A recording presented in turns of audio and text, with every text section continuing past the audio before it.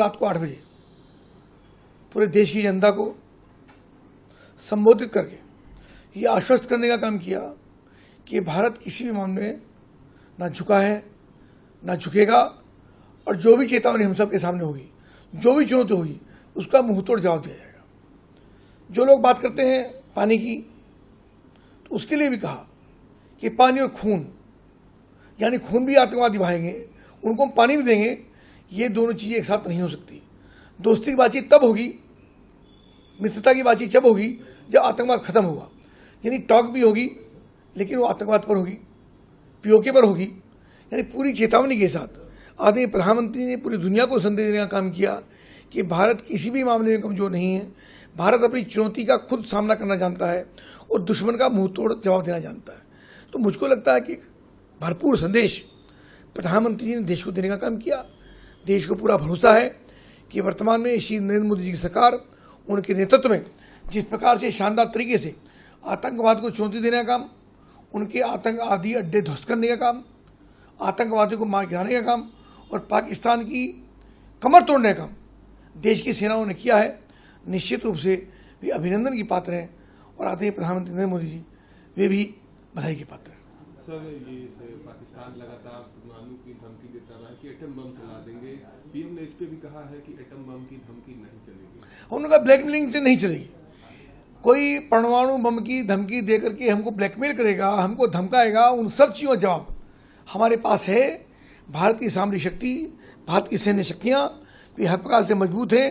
उन्होंने पहले भी दिखाई हैं और आज भी वर्तमान में इस परिप्रेक्ष्य में भी भारत ने अपनी पूरी ताकत को पूरी मजबूती के साथ दिखाने का काम किया है। भारत किसी भी रूप में किसी के सामने सीना ताने खड़ा है, मजबूती से खड़ा है। और हम पूरा भारत, जो हमारी संस्कृति है, हम किसी को छेड़ते नहीं हैं और कोई हमको छेड़ता है उसको हम छोड़ते भी नहीं हैं। इस संदेश के साथ देश पूरी मजबूती के साथ पाकिस्तान के सामने खड़ा है। सर, उन्होंने ये भी कहा कि तमाम जगहों पर जो पाकिस्तानी अफसर और तमाम लोग आतंकवादी मारे गए हैं, उनकी भी संख्या को आपने भी बताया, उसका भी जिक्र किया है। आतंकवादी मारे गए 100 से अधिक आतंकवादियों की जानकारी है। बड़े बड़े दुर्दांत आतंकवादी जिन्होंने देश को अस्थिर करने का काम किया, जिन्होंने 26/11 की घटना की, अब भी जो घटनाओं में शामिल है, ऐसे उनके अड्डे ध्वस्त करना, उनको मार गिराना, ये भारत की बड़ी शान।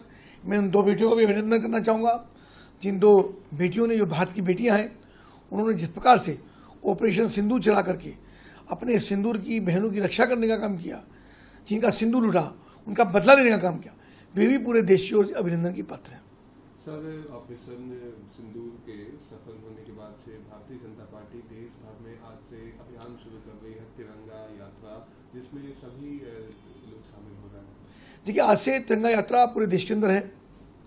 13 मई से 23 मई तक पूरे देश के सब लोग, 140 करोड़ भारतीय, अलग अलग यात्राओं में अलग अलग स्थानों पर एक साथ दिखाई दें और पूरी दुनिया में ये संदेश आए कि भारत की परिस्थितियां अंदर राजनीतिक अलग अलग हो सकती हैं, राजनीतिक सामाजिक विचारधाराएं अलग अलग हो सकती हैं, पूजा पद्धति अलग अलग हो सकती हैं, लेकिन अब देश का विषय आता है फिर पूरा देश एक साथ, एक ताकत के साथ अपने तिरंगे झंडे के नीचे खड़ा है।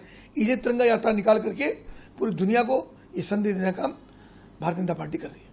सर, विपक्ष खासतौर से कांग्रेस के राष्ट्रीय अध्यक्ष और एलओपी राहुल गांधी लगातार पहलगाम साथी ऑपरेशन सिंदूर पर स्पेशल सेशन बुलाने की मांग कर रहे हैं। अब ये विषय राष्ट्रपति जी को करना है, सेशन होगा तो होगा, मांग करना उनका अधिकार है, वो मांग करें, सरकार निर्णय लेगी, राष्ट्रपति निर्णय लेंगे। अब नहीं तो थोड़े दिन बाद सेशन तो होना ही है, उसमें चर्चा होगी। पर इस समय हमारा जो समय है वो किसी भी रूप में भारत की सैन्य शक्ति को, भारत की ताकत को, 140 करोड़ भारतीय एकता को, ये पूरी दुनिया को, विशेष रूप से पाकिस्तान को ये दिखाने का समय है कि कोई भी षड्यंत्र भारत के अंदर सफल नहीं हो सकता। अब पूरा भारत एकता के सूत्र में आगे बढ़ रहा है।